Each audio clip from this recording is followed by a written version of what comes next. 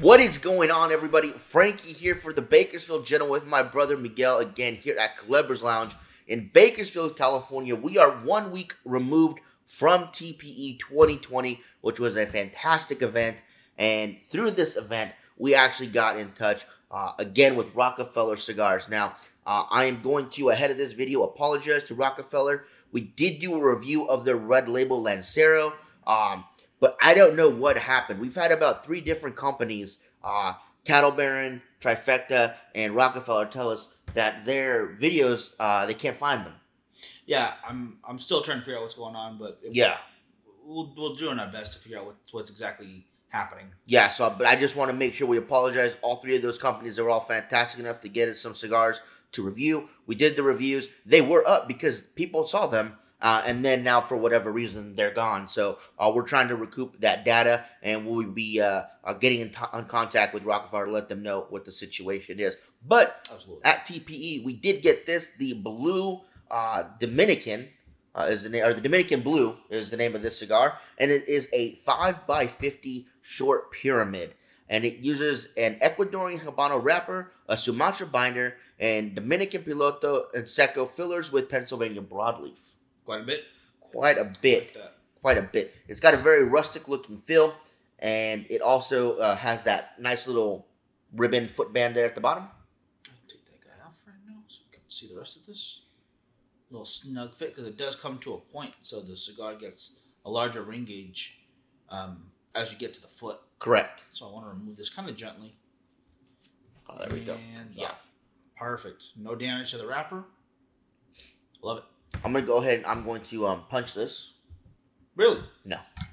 I was about to say, That would have been a bold choice, huh? I mean, you could. You go one on each side. I've seen guys do that before. Not really my thing. I'm not a big punch guy in general. If I don't have anything else to cut with, I'd rather just, tear it off myself. But I can see a punch working from time to time. I understand why people like it. This actually has a very nice, mellow, woodsy aroma to it. Just very nice. There we go. Nice. A little bit of sweet. A little bit of wood on the dry draw. A little bit of dirt, but that is a hand rolled item. Mm-hmm. I'm gonna tell you, Mike, off the get go. I actually like this shape. I wish it was a little bigger, but it does somewhat remind me of the Andalusian Bull. Yeah, it absolutely does. Maybe not as rounded in certain areas as they do, like a flat to a round, but that's. I am really digging that too. If you guys can see that a little better on camera, yeah, I think that is a very unique shape. And there's a couple cigars out there that kind of have a similar look to it, and I like that as well. I'm going to be using here our little Drew Estate lighter.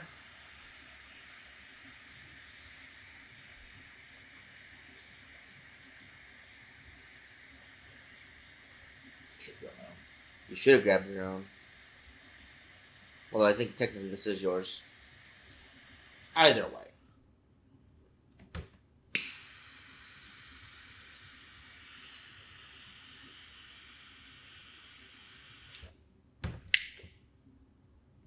Take that.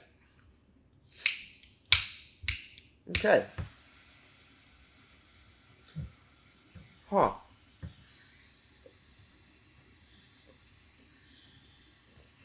I think I'm going to do that lighter back a little bit.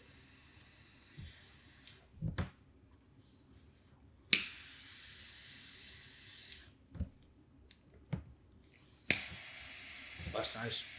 You got a good bit of spice right on the tip of my tongue. I enjoy that. There's a bit of cocoa, like dark cocoa powder used for cooking, not so much for mixing like your Nesquik, because it's not so sweet. It's more of that bitter dark chocolate. Oh, that's nice. I'm also getting a butteriness to it. Like I know this sounds weird, but if you ever bitten into some butter and it's kind of got that slick, oily feel that kind of coats your entire mouth. Oh, everyone knows that feeling. Everyone bites I get that feeling. Interesting. It's a very thick smoke. It is a very, engulfing. Long finish, too. I'm still having that cocoa everywhere. I can taste it everywhere in my mouth right now. Nice. I think we have to get into this. Yeah, definitely. Let's go to get into the first third. Mike, back in just a second. All right, guys. So getting into this first third, It had very, very good construction. You can see it, my ash and Miguel's ash are still holding on very well. I think that's going to have something to do with its cone shape to this cigar. The ash is beautiful, almost snow white, if you will. Smoke output is good, draw is good, burn line is good. No negatives to say anything so far of the construction. Mike, what do you think? Absolutely not. Everything has been spectacular. This is stacking unbelievably well. I see a little bit of break in mine, but after, what is that, 1.5 2 inches? That's going to happen. And I would love to see if I could get it to... No! Won't stand. But that has nothing to do with how well it works.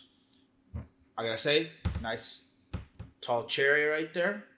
And I'm thinking that burn is going to keep going perfectly straight the entire time. Yeah, on the strength scale, this is definitely a light cigar so far. It may creep into the medium range, but definitely so far, light body, light strength. The finish, though, like you said, Mike, is very long lasting.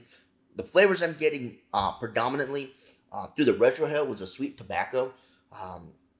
On just a regular draw, I'm getting a lot of oak wood, just a hint of like a cinnamon spice. Oh, that's a good way to describe it. Yeah, I'd give it that. Definitely that little bit of sweet, but I'm getting some bitter notes as well still. Oaky, yeah, that makes a lot of sense to me. And other than that, I think you pretty much nailed it.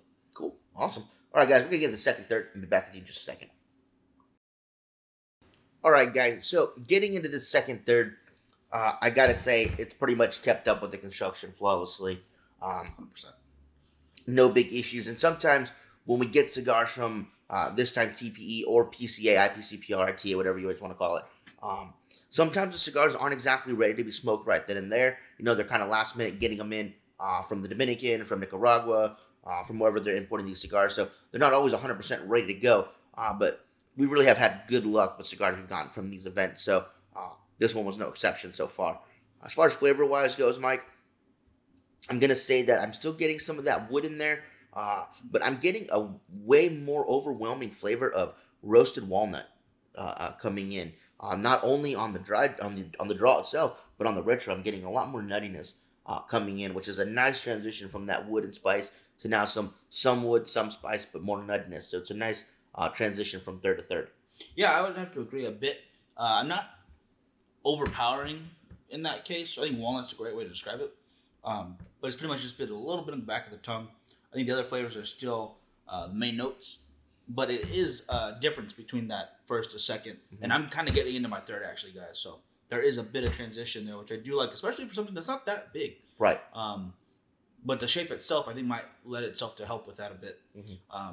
I'd have to ask a professional roller for that, that opinion, though. So that's just my speculation on how it's doing that. But at the same time, it's very enjoyable. All the flavors I am getting, I am very much liking.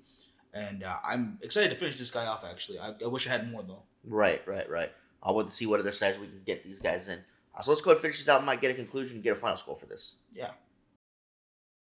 All right, guys. So we both got down to the nub here, and they're just starting to get warm. Oh, yeah. I will say one of the really interesting things to me, Miguel, about the cigar is that as it progressed, it got a little sweeter after each third. I thought that was really interesting. This final third, for me, was probably the sweetest out of the three. I would definitely agree with that, too. I think those cocoa notes of dark chocolate turned into more of a sweet chocolate, and I really did enjoy that. Again, yeah, quite complex for this little guy, and I definitely want to get this in a bigger size. I can see this doing very well.